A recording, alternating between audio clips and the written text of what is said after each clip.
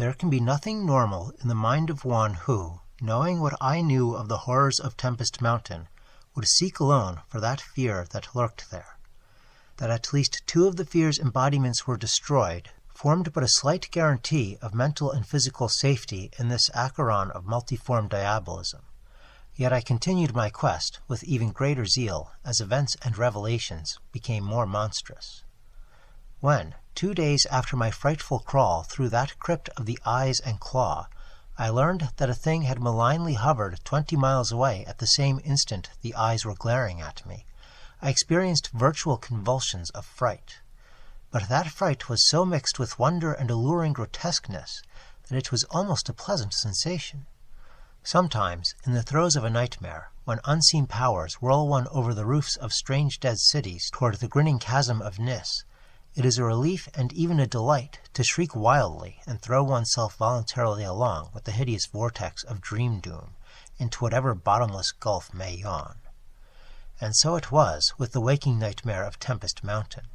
The discovery that 2 monsters had haunted the spot gave me ultimately a mad craving to plunge into the very earth of the accursed region, and with bare hands dig out the death that leered from every inch of the poisonous soil. As soon as possible I visited the grave of Jan Martens, and dug vainly where I had dug before. Some extensive cave-in had obliterated all trace of the underground passage, while the rain had washed so much earth back into the excavation that I could not tell how deeply I had dug the other day. I likewise made a difficult trip to the distant hamlet where the death creature had been burnt, and was little repaid for my trouble. In the ashes of the fateful cabin I found several bones, but apparently none of the monsters. The squatter said the thing had had only 1 victim, but in this I judged them inaccurate, since besides the complete skull of a human being, there was another bony fragment which seemed certainly to have belonged to a human skull at some time. Though the rapid drop of the monster had been seen, no one could say just what the creature was like. Those who had glimpsed it called it simply a devil. Examining the great tree where it had lurked, I could discern no distinctive marks. I tried to find some trail into the black forest, but on this occasion could not stand the sight of those morbidly large boles, or those vast serpent-like roots that twisted so malevolently before they sank into the earth. My next step was to re-examine with microscopic care the deserted hamlet where death had come most abundantly, and where Arthur Monroe had seen something he never lived to describe. Though my vain previous searches had been exceedingly minute, I now had new data to test, for my horrible grave crawl convinced me that at least one of the phases of the monstrosity had been an underground creature. This time, on the 14th of November, my quest concerned itself mostly with the slopes of Cone Mountain and Maple Hill, where they overlook the unfortunate hamlet, and I gave particular attention to the loose earth of the landslide region on the latter eminence. The afternoon of my search brought nothing to light, and dusk came as I stood on Maple Hill, looking down at the hamlet and across the valley to Tempest Mountain. There had been a gorgeous sunset, and now the moon came up, nearly full, and shedding a silver flood over the plain, the distant mountainside, and the curious low mounds that rose here and there. It was a peaceful Arcadian scene, but knowing what it hid, I hated it. I hated the mocking moon, the hypocritical plain, the festering mountain, and those sinister mounds. Everything seemed to me tainted with a loathsome contagion, and inspired by a noxious alliance with distorted hidden powers. Presently, as I gazed abstractedly at the moonlit panorama, my eye became attracted by something singular in the nature and arrangement of a certain topographical element. Without having any exact knowledge of geology, I had from the first been interested in the odd mounds and hummocks of the region. I had noticed that they were pretty widely distributed around Tempest Mountain, though less numerous on the plain near the hilltop itself, where prehistoric glaciation had doubtless found feebler opposition to its striking and fantastic caprices.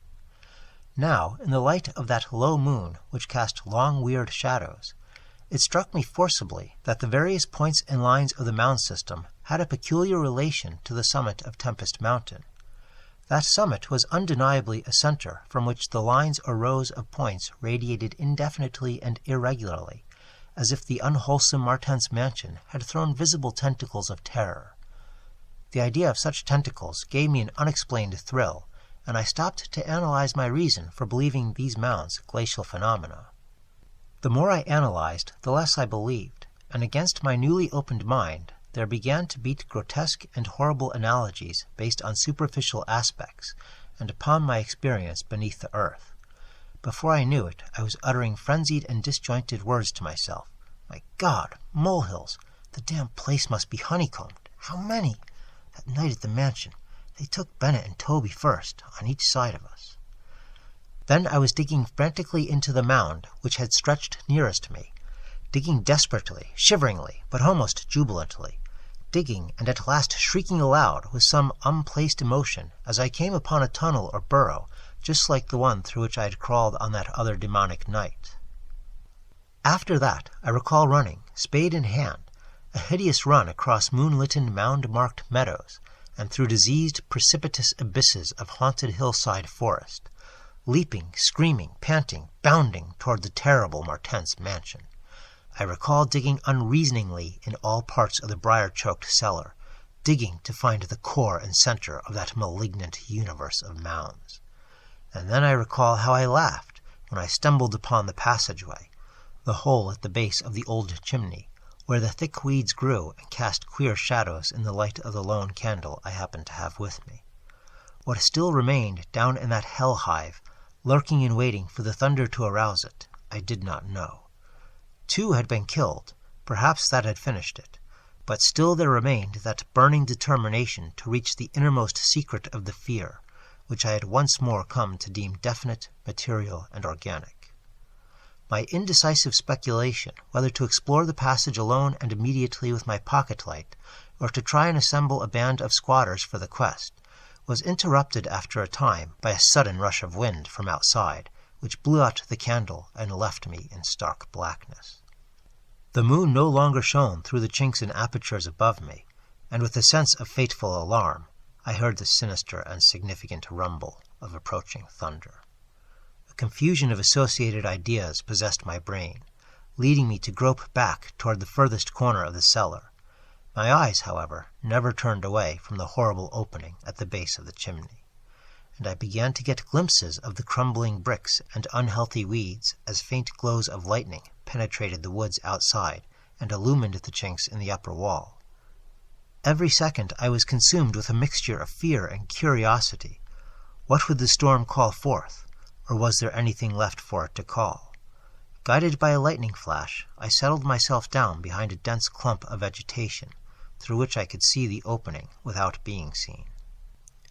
If heaven is merciful, it will some day efface from my consciousness the sight that I saw, and let me live my last years in peace.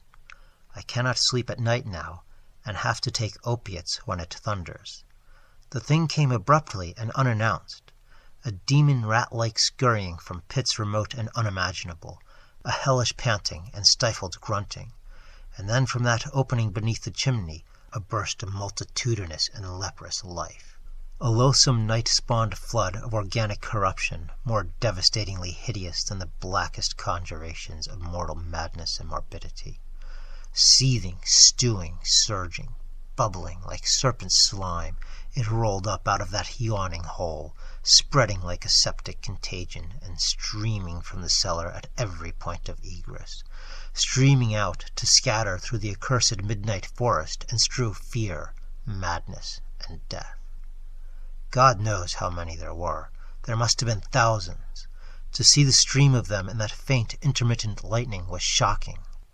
When they had thinned out enough to be glimpsed as separate organisms, I saw that they were dwarfed, deformed, hairy devils or apes, monstrous and diabolic caricatures of the monkey tribe. They were so hideously silent, there was hardly a squeal when one of the last stragglers turned with the skill of long practice to make a meal in accustomed fashion on a weaker companion. Others snapped up what it left and ate with slavering relish. Then, in spite of my days of fright and disgust, my morbid curiosity triumphed, and as the last of the monstrosities oozed up alone from that netherworld of unknowing nightmare, I drew my automatic pistol and shot it under cover of the thunder. shrieking, slithering, torrential shadows of red, vicious madness, chasing one another through endless ensanguined corridors of purple, fulgurous sky, formless phantasms and kaleidoscopic mutations of a ghoulish remembered scene, forests of monstrous, overnourished oaks with serpent roots, twisting and sucking unnameable juices from an earth verminous with millions of cannibal devils, mound-like tentacles groping from underground nuclei of polypus perversion, insane lightning over malignant ivied walls and demon arcades choked with fungus vegetation.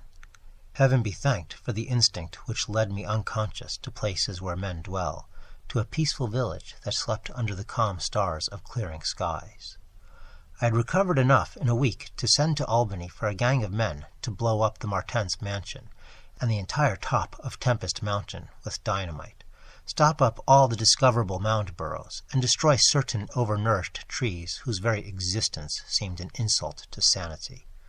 I could sleep a little after they had done this, but true rest will never come as long as I remember that nameless secret of the lurking fear.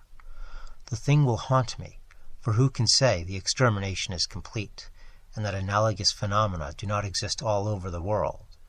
Who can, with my knowledge, think of the earth's unknown caverns without a nightmare dread of future possibilities?